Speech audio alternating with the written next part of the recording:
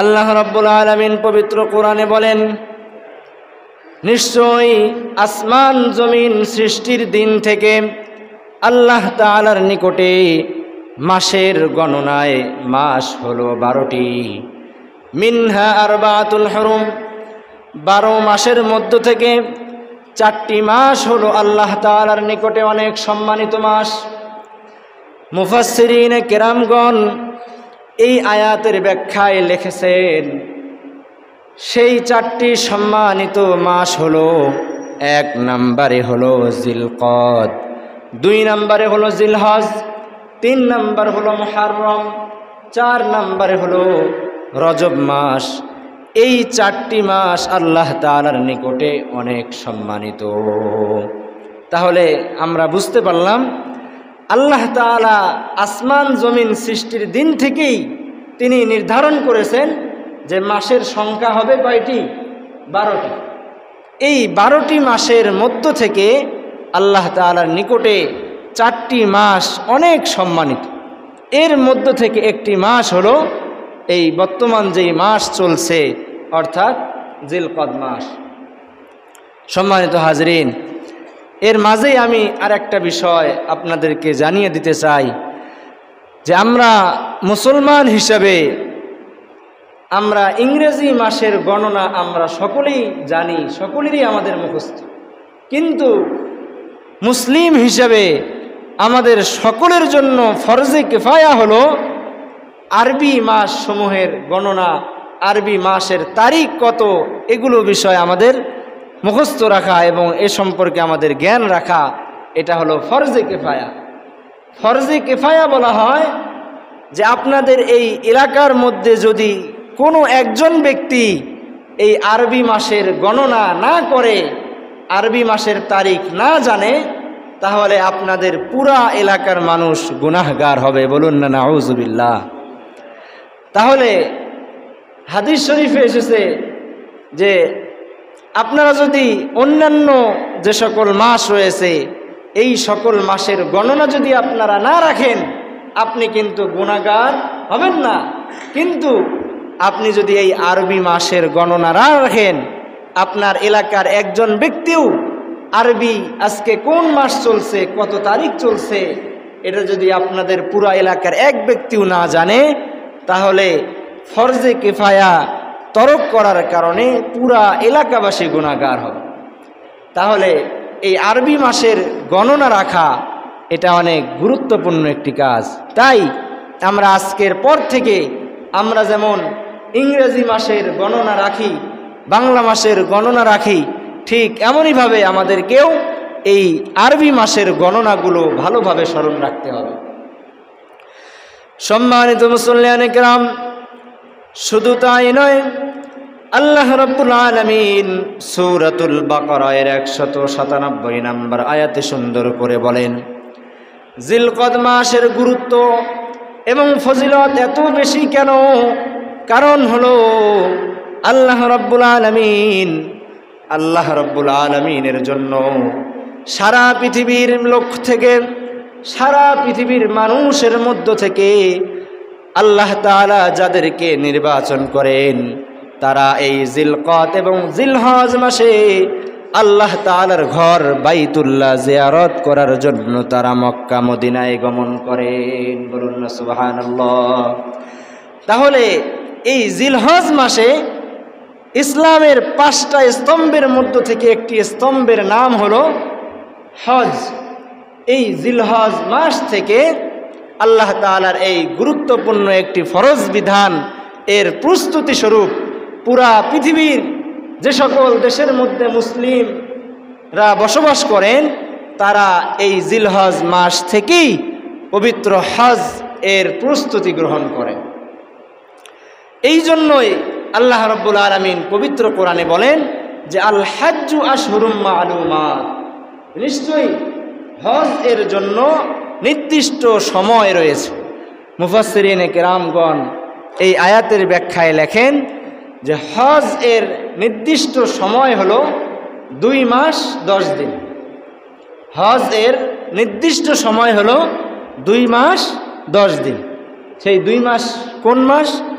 একটা হলো শাওয়াল মাস, আর বর্তমান যেই জিলকদ মাস চলছে এবং সামনের জিলহজ মাসের প্রথম 10 দিন, এই হলো 2 মাস 10 দিন।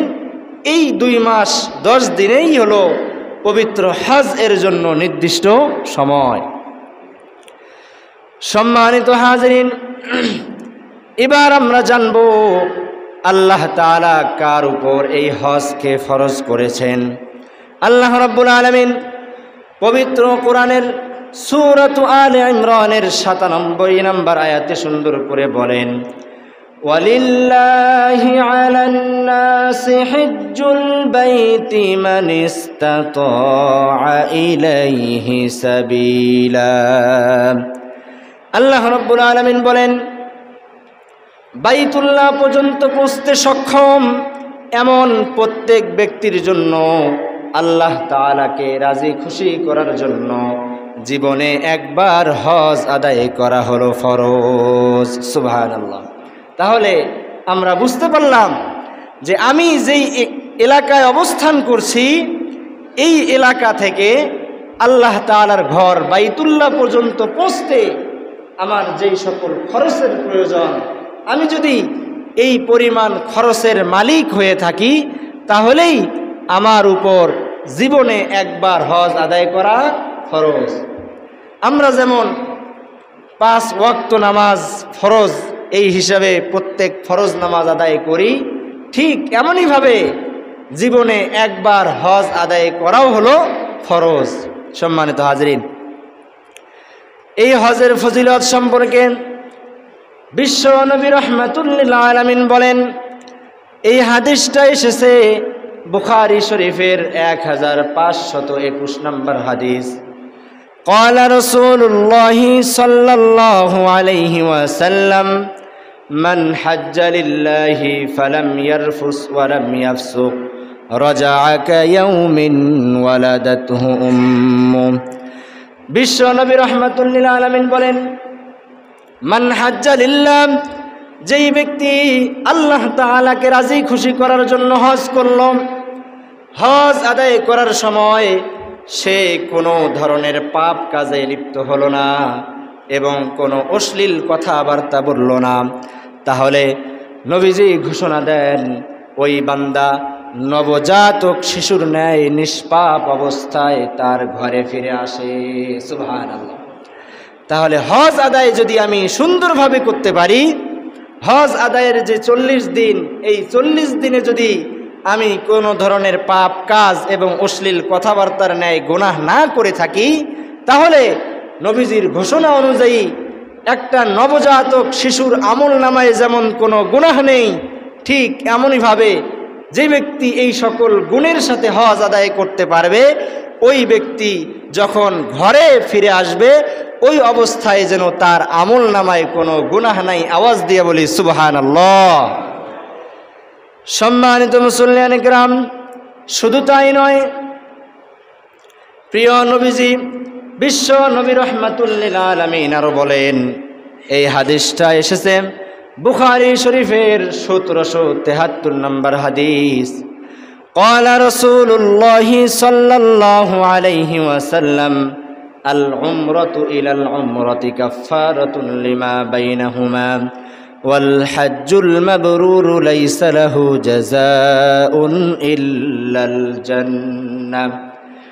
বিশ্ব নবী রাহমাতুল লিল আলামিন বলেন, যদি কোনো বান্দা একবার উমরা আদায় করার পর আরেকবার উমরা আদায়ের জন্য আল্লাহ তাআলার ঘরের তওয়াফ করার জন্য যায়, অথবা একবার হজ আদায় করার পর দ্বিতীয়বার হজ আদায়ের জন্য যায়, তাহলে এই মধ্যবর্তী সময় তার দ্বারা যে সকল পাপ কাজ হয়েছে আল্লাহ রাব্বুল আলামিন সব পাপগুলোকে ক্ষমা করে দেন। বলুন না সুবহানাল্লাহ।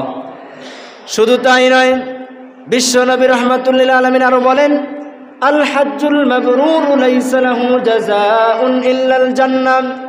যদি কোনো বান্দা ভালোভাবে হজ আদায় করতে পারে, হজ্জে মাবরুর আদায় করতে পারে, তাহলে ওই হজ্জে মাবরুরের প্রতিদান শুধুমাত্র কেবলমাত্র একমাত্র আল্লাহ তাআলার জান্নাত। বলুন না সুবহানাল্লাহ।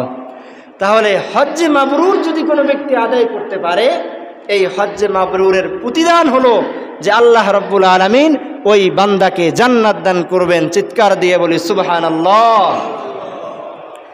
সম্মানিত হাজিরিন, শুধু তাই নয়, বিশ্ব নবী রাহমাতুল লিল আলামিন আরো বলেন, তাবিউ বাইনাল হজ্জি ওয়াল উমরা ফাইন্নাহুমা ইয়ানফিয়ানিল ফাকর ওয়াজ যুনুব কামা ইয়ানফিল কিরু খাবাসাল হাদিদি ওয়াল যাহাবি ওয়াল ফিদ্দা।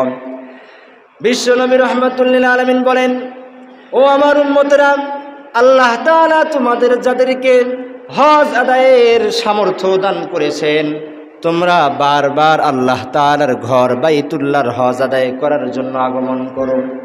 কারণ যদি কোনো বান্দা বারবার হজ আদায় করে, তাহলে এই হজ আদায়ের ফজিলত হলো হজ আদায়ের কারণে তার পিছনের জীবনে যত গুনাহ হয়েছে আল্লাহ রাব্বুল আলামিন মুহূর্তের মধ্যে সব গুনাহগুলোকে মাফ করে দিবেন। সুবহানাল্লাহ।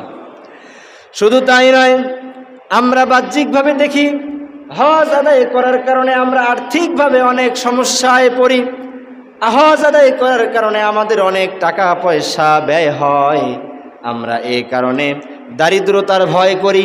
কিন্তু বিশ্ব নবী রাহমাতুল লিল আলামিন বলেন, তোমরা যদি হজ আদায় করো, তাহলে আমি বিশ্ব নবী রাহমাতুল লিল আলামিন তোমাদেরকে ঘোষণা দিচ্ছি, এই হজ আদায়ের পরবর্তী সারা জীবন তোমার সংসার থেকে যত ধরনের দারিদ্রতা রয়েছে আল্লাহ রাব্বুল আলামিন সব ধরনের দারিদ্রতাকে দূর করে দিবেন। সুবহানাল্লাহ। তাহলে আমরা হজ আদায় করি না দারিদ্রতার ভয়ে, আর প্রিয় নবীজি বলছেন, তোমার উপর যদি হজ করার সামর্থ্য থাকে আর তুমি যদি হজ আদায় করো, এই হজ আদায়ের পরবর্তী সারা জীবন আল্লাহ তাআলা তোমার সংসারের মধ্যে কখনোই দারিদ্রতা দিবেন না। চিৎকার দিয়ে বলি সুবহানাল্লাহ। সম্মানিত হাজিরিন, আমাদের যাদের সামর্থ্য রয়েছে আমরা তো প্রত্যেকেই হজ আদায় করবই, কিন্তু আমাদের যাদের সামর্থ্য নাই আমরা কি কাজ করব? আমি এই বিষয়টা বলার আগে আর একটা ছোট্ট বিষয় আপনাদেরকে বলতে চাই যে আল্লাহ রাব্বুল আলামিন ইসলামের 5টা স্তম্ভের একটি গুরুত্বপূর্ণ স্তম্ভের নাম হলো হজ। এই হজ আদায়ের ব্যাপারে আমরা অনেকেই এটাকে আমাদের সুবিধা মতো আদায় করতে চাই। আমরা এই হজ সম্পর্কে অনেকেই এ ধরনের ধারণা রাখি যে হজ হলো বৃদ্ধ সময়ের ইবাদত, অর্থাৎ যুবক অবস্থায় এটা হজ করা যায় না, বরং বৃদ্ধ হলেই কি হজ করতে হয়। এবং আমাদের আরও অনেক ধারণা রয়েছে যে হজ করতে হলে অবশ্যই চাকরি থেকে রিটায়ার্ড হতে হবে, এবং হজ আদায় করতে হলে আমার যে সকল সন্তানরা রয়েছে প্রত্যেক সন্তানের বিবাহ দিতে হবে, বিবাহ না দিয়ে হজ আদায় করা যায় না। এই যে এই ধরনের ধারণা আমাদের সম্পূর্ণ ভুল। কারণ দেখেন, আপনি কি কখনো এ কথা মনে করেছেন যে ছেলেমেয়ের বিবাহ না দিয়ে ফরজ নামাজ আদায় করা যায় না? এ কথা কি আপনি কখনো মনে করেছেন? এ কথা আপনি কখনো মনে করেন নাই। তো সম্মানিত হাজিরিন, নামাজ যেমন আল্লাহ তাআলার একটি ফরজ বিধান, এই ফরজ বিধান আদায় করা আপনার ছেলে মেয়েকে বিবাহ দেওয়ার আগেই এই ফরজ বিধান আপনি আদায় করতেছেন, এটা আদায় হয়ে যাচ্ছে। ঠিক এমনইভাবে হজও হলো একটা ফরজ বিধান। এই হজ যখনই আপনার উপর ফরজ হবে তখনই আপনাকে হজ আদায় করতে হবে। হজ আদায়ের ক্ষেত্রে পারিবারিক কোনো বিষয় প্রতিবন্ধক হয়ে দাঁড়ায় না। আমরা যে এই সকল বিষয়কে প্রতিবন্ধকতা হিসাবে মনে করি, এগুলো আসলে কোনো প্রতিবন্ধক নয়। আমাদের যাদের উপর হজ ফরজ হয়েছে, আমরা তো পবিত্র কোরআনুল কারীম থেকে বুঝতেই পারলাম যে বর্তমান বাংলাদেশের প্রেক্ষাপট অনুযায়ী আমরা যারা 6 থেকে 7 লক্ষ টাকার মালিক, আমাদের প্রত্যেকের উপর হজ আদায় করা ফরজ। সম্মানিত হাজিরিন, আপনার উপর যখন একবার হজ আদায় করা ফরজ হলো আর আপনি হজ আদায় করলেন না, আপনি যদি এ অবস্থায় মৃত্যুবরণ করেন, তাহলে প্রিয় নবীজি কি ধরনের ধমকি ব্যবহার করেছেন হাদিস শরীফে এসেছে। এই হাদিসটা এসেছে তিরমিজি শরীফের 812 নম্বর হাদিস। قال رسول الله صلى الله عليه وسلم من ملك زادا وراحلة تبلغه إلى بيت الله ولم يحج فمات فلا عليه أن يموت يهوديا ولا نصرانيا। বিশ্বনবী রাহমাতুল লিল আলামিন বলেন, আল্লাহ তাআলা যেই বান্দাকে হজ আদায় করার জন্য সামর্থ্য দান করেছেন, আর এই বান্দা সামর্থ্য হওয়ার পরও সে আল্লাহ তাআলার জন্য হজ আদায় করল না, তাহলে এই বান্দা মৃত্যুর সময় ইহুদি হয়ে মৃত্যুবরণ করলো নাকি খ্রিস্টান হয়ে মৃত্যুবরণ করলো, সে ব্যাপারে আল্লাহ তাআলার কোনো দায়িত্ব নাই। বলুন না নাউযুবিল্লাহ। তাহলে কত বড় ধমকি প্রিয় নবীজি ব্যবহার করেছেন, যে কোনো বান্দার উপর হজ ফরজ কিন্তু সেই ব্যক্তি অলসতাবশত হজ আদায় করলো না, তাহলে নবীজির ঘোষণা অনুযায়ী সে হয়তো ইহুদি হয়ে মৃত্যুবরণ করলো অথবা খ্রিস্টান অবস্থায় মৃত্যুবরণ করলো। নাউযুবিল্লাহ। সম্মানিত হাজিরিন, আপনারা একটা বিষয় গভীরভাবে লক্ষ্য করুন। আপনি যদি এক ওয়াক্ত নামাজ কাজা আদায় করেন, অর্থাৎ এক ওয়াক্ত নামাজ আপনি আদায় করেনই নাই, আপনি নামাজ আদায় করেন নাই, এই অবস্থায় যদি আপনি মৃত্যুবরণ করেন, প্রিয় নবীজি কখনো বলেন নাই যে আপনি ইহুদি হয়ে মারা যাবেন, খ্রিস্টান হয়ে মারা যাবেন। কিন্তু আপনার উপর হজ ফরজ হওয়ার পরও আপনি যদি এই হজ আদায় না করে মৃত্যুবরণ করেন, তাহলে প্রিয় নবীজির ঘোষণা হলো ওই বান্দা ইহুদি অথবা খ্রিস্টান হয়ে মৃত্যুবরণ করেন। বলুন না নাউযুবিল্লাহ। সম্মানিত হাজিরিন, আমাদের যাদের হজ আদায়ের সামর্থ্য রয়েছে আমরা প্রত্যেকেই হজ আদায় করব। আমাদের যাদের সামর্থ্য নাই আমরা কি করব? আমি গতকাল পড়তে গিয়ে কিতাবের মধ্যে পাইলাম, যদি কোনো ব্যক্তির হজ আদায়ের সামর্থ্য না থাকে, সে যদি অন্তরের মধ্যে আল্লাহ তাআলার ঘরের মহাব্বত রাখে, আল্লাহ তাআলার ঘরের আবেগ রাখে, তাহলে কিতাবে এসেছে আল্লাহ রাব্বুল আলামিন কোনো না কোনো একদিন ওই বান্দাকে হজ আদায়ের সামর্থ্য দান করে হজ আদায়ের ব্যবস্থা করে দিবেন। বলুন না সুবহানাল্লাহ।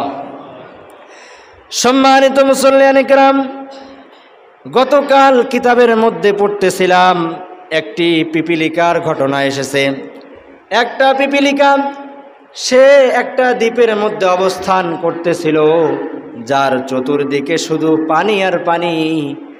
সে হজের মৌসুমে তাহাজ্জুদের নামাজের আদায়ের সময় সে আল্লাহ তাআলার কাছে বলতেছিল, ও আল্লাহ, এখন হলো হজের মৌসুম, তোমার অনেক বান্দারা তোমার ঘর জিয়ারত করার জন্য হজে যাচ্ছে, আমি তোমার ক্ষুদ্র মাখলুক পিপিলিকা, আমারও তোমার ঘর জিয়ারত করার জন্য মন চায়। আমি ক্ষুদ্র পিপিলিকা, আমারও অন্তরের আশা হলো তোমার ঘর জিয়ারত করব। আমারও মনের আশা হলো আমি তোমার নবীজির রওজা জিয়ারত করব। হে আল্লাহ, আমি ক্ষুদ্র মাখলুক হিসাবে আমার সামর্থ্য নাই, কিন্তু আমার অন্তরে আল্লাহ তাআলার ঘর জিয়ারত করার জন্য আবেগ এবং মহাব্বত রয়েছে।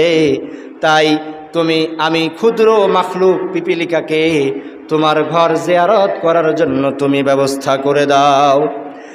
আল্লাহ রাব্বুল আলামিন তার এই ক্ষুদ্র মাখলুক পিপিলিকার অন্তরের আবেগ এবং মহাব্বতকে এমনভাবে কবুল করে নিয়েছেন যে আল্লাহ রাব্বুল আলামিন হযরত জিবরিল আলাইহিস সালামকে পরের দিন সকালবেলায় ওই দ্বীপের মধ্যে সেই পিপিলিকার কাছে পাঠিয়ে দিলেন। হযরত জিবরিল আলাইহিস সালাম সেই পিপিলিকার কাছে এসে বললেন, হে ক্ষুদ্র মাখলুক পিপিলিকা, তুমি আল্লাহ তাআলার ঘর জিয়ারত করার জন্য প্রস্তুতি গ্রহণ করো। বলুন না সুবহানাল্লাহ। এবার হযরত জিবরিল আলাইহিস সালাম পাশের এক বন থেকে একটা কবুতরকে তিনি হাতে করে নিয়ে আসলেন। নিয়ে এসে সেই পিপিলিকার কাছে তিনি সেটাকে অবস্থান করালেন।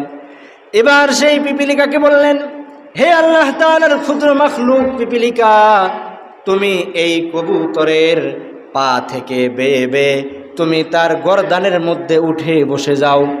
হযরত জিবরিল আলাইহিস সালাম আল্লাহ তাআলার আদেশের মাধ্যমে এই পিপীলিকার আবেগ এবং মোহাব্বতকে আল্লাহ তাআলা এমনভাবে কবুল করে নিয়েছেন। সম্মানিত মুসল্লিয়ানে কেরাম, একটু আপনারা গভীরভাবে লক্ষ্য করুন, আল্লাহ তাআলা এই ক্ষুদ্র পিপীলিকার অন্তরের আবেগ এবং মোহাব্বতকে এমনভাবে কবুল করলেন যে ওয়ান প্যাসেঞ্জার ওয়ান বিমানের আল্লাহ তাআলা ব্যবস্থা করে দিলেন। বলুন না সুবহানাল্লাহ। ওয়ান প্যাসেঞ্জার ওয়ান বিমান।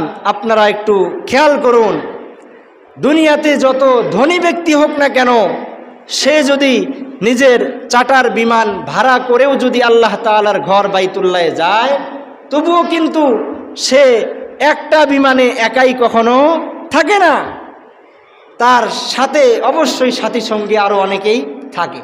কিন্তু আল্লাহ রব্বুল আলামিন এই ক্ষুদ্র মাখলুক পিপীলিকার অন্তরের আবেগ এবং মোহাব্বতকে এমনভাবে কবুল করলেন যে আল্লাহ তাআলা এই ক্ষুদ্র মাখলুকের জন্য ওয়ান প্যাসেঞ্জার ওয়ান বিমানের ব্যবস্থা করে দিলেন। চিৎকার দিয়ে বলি সুবহানাল্লাহ।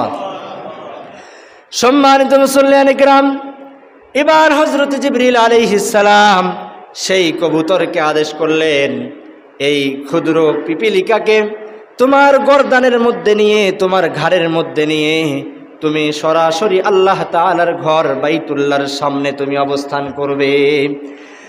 এই কবুতরকে সঙ্গে নিয়ে হযরত জিবরিল আলাইহিস সালাম আল্লাহ তাআলার ঘরে তিনি গেলেন। আল্লাহ তাআলার ঘরের সামনে যাওয়ার পর সেই ক্ষুদ্র পিপীলিকাকে বললেন, হে আল্লাহ তাআলার মাখলুক ক্ষুদ্র পিপীলিকা, আল্লাহ তাআলা তোমার অন্তরের আবেগ এবং মোহাব্বতকে এমনভাবে কবুল করে নিয়েছেন যে আল্লাহ তাআলা তোমার জন্য আল্লাহ তাআলার ঘর বাইতুল্লাহ জিয়ারতের জন্য ব্যবস্থা করে দিয়েছেন। বলুন না সুবহানাল্লাহ। এবার তুমি তোমার চক্ষুদয় খুলে সামনের দিকে তাকাও। সামনের দিকে তাকাইলেই তুমি দেখতে পারবে যে আল্লাহ তাআলার ঘর বাইতুল্লাহ। এবার তুমি তোমার অন্তর খুলে দিল জুড়ে তুমি আল্লাহ তাআলার ঘর বাইতুল্লাহর তওয়াফ করতে থাকো। বলুন না সুবহানাল্লাহ। সম্মানিত হাজরিন, আলোচনা আর অনেক দীর্ঘ ছিল। একটা ক্ষুদ্র পিপীলিকা, এই ক্ষুদ্র পিপীলিকার অন্তরের আবেগ এবং মোহাব্বতকে আল্লাহ তাআলা যদি এভাবে কবুল করতে পারেন, আপনি আমি হলাম আশরাফুল মাখলুকাত, সর্বশ্রেষ্ঠ সৃষ্টিজীব। আপনি আমি যদি আমার বাইতুল্লাহ পর্যন্ত পৌঁছতে আমার সামর্থ্য নাই, কিন্তু আমি তো আমার অন্তরে আল্লাহ তাআলার ঘর বাইতুল্লাহর আবেগ এবং মোহাব্বত এতটুকু তো অন্তত রাখতে পারি। বলেন, রাখতে পারি কিনা?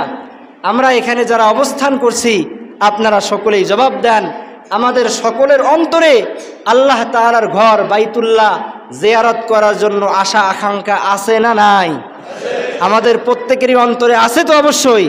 তো সম্মানিত হাজরিন, যদি আমাদের সামর্থ্য না থাকে, তো সামর্থ্য না থাকলে শুধু হজ আদায় থেকে নিরাশ হওয়ার কোনো কারণ নাই। বরং আপনাকে আল্লাহ তাআলা হজ আদায়ের সামর্থ্য দেন নাই, কিন্তু আপনি এতটুকু তো করতে পারবেন যে আল্লাহ তাআলা আমাকে হজ আদায়ের সামর্থ্য দেন নাই, কিন্তু আমি আমার অন্তরে আল্লাহ তাআলার ঘর জিয়ারত করার জন্য, হজ করার জন্য অন্তরে আবেগ রাখবো এবং অন্তরে মোহাব্বত রাখবো, এবং প্রতিদিন আমি এজন্য আল্লাহ তাআলার কাছে অবশ্যই অবশ্যই দোয়া করব। এই যে ঘটনা থেকে আমরা বুঝতে পারলাম তাহাজ্জুদের সময়, এই সময়টা হলো দোয়া কবুলের সময়। এই দোয়া কবুলের সময় ক্ষুদ্র মাখলুক পিপীলিকা আল্লাহ তাআলার কাছে আবেদন করেছে, আল্লাহ তাআলা মুহূর্তের মধ্যে সেই ক্ষুদ্র মাখলুক পিপীলিকার আবেদনকে কবুল করে নিয়েছেন। চিৎকার দিয়ে বলে সুবহানাল্লাহ।